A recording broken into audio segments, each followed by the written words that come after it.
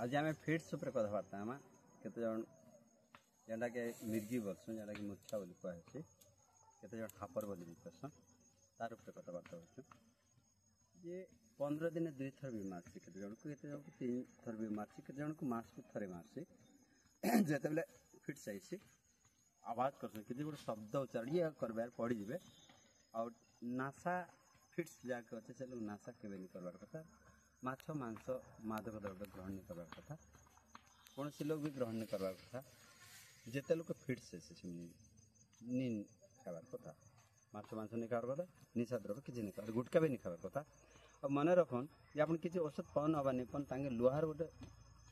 बाला करेबे बला हाथ रे लोहार गोटे टच थिबार से जगह गोटे रिंग करेबे लोहा के पिंधे देथिबे मार्केट में मिलसी मार्केट में मिलबा पिंधे देवे फिट्स के डर नहीं थाए जदि कौन कारणवश जदि हो गला बोले शीघ्र उपशम हवा तार ऊपर मुझे औषध बतौछे एटा निर्गुंडी देखले निर्गुंडी अरे पत्र एंती नहीं जीवे सुखे देवे आगे निर्गुंडी को सुखे देवे कुटे देवे पाउडर करबे और 1 ग्राम लेखा देवे सकाले 1 ग्राम संध्यार 1 ग्राम तापर जदि तो फिट्स मारला एटा देखुन अपराजिता एटा होचे अपराजिता ये अपराजिता पत्र को डायरेक्ट घरे घरे प्रत्येक गाँव रे रही बाड़ी बगीचा थे प्रत्येक घरे रूपीचन सुंदर लगे समस्त रूपीचन सुंदर फूल फुटवा देखुन एटा अपराजिता फूल समस्त रूपी शो लगी तो ये शो लगी ना से प्रकृत ईश्वर मौषधि बनी देछन रोग निवारण होगा निमंत एटा पत्र तुली देले देखुन एंती तुली नेबे एटा पथरे बाटी देबे लिपन करेंगे जेनता फिट्स मारी पूरा दौड़ी जाए डायरेक्ट तुली आनबे चुपी चुपा देले और पत्र को रस बाहर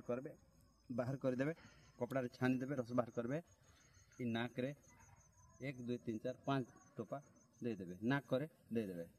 पड़ी जाइथिबे एंती पड़ी जाइथिबे आपण नाक करे 5 टोपा देबे एंती कर जेते थर तांको फिट्स मारबा से अपराजिता एखा देबे अपराजिता रस एखा आपण देबे अपराजिता रस देले धीरे धीरे धीरे धीरे मस्तिष्क करे कौन जीवाणु कि फिट्स होचे ताकि धीरे धीरे धीरे से उपशम हेबे किंतु तांको रोग उपशम होला पर्यंत आपण एटा को जारी रखबा औषध को सेवन करबा लागि निर्गुंडी पत्र देले निर्गुंडी पत्र देले आपण 1 ग्राम लेखा त पत्र सुखे करी रखबे चूर्ण करबे सकाले संध्या रे देबे 1 ग्राम लेखा और एटा 5 बिंदा लेखा देबे आगे फिट्स रोग आरोग्य हेबा जदि केते जण अछन बाहाइले भी रोग छाड़ी जासी रोग आ केते जण को जदि बाहाई चन बोल से ब्रह्मचारी धारण करबे बोले भी भल हो देखुन एटा केनता उपाय गोटे बाहाइले रोग छाड़ुचे गोटे जदि बाहा हेचे ताके जदि होचे ब्रह्मचारी धारण करबे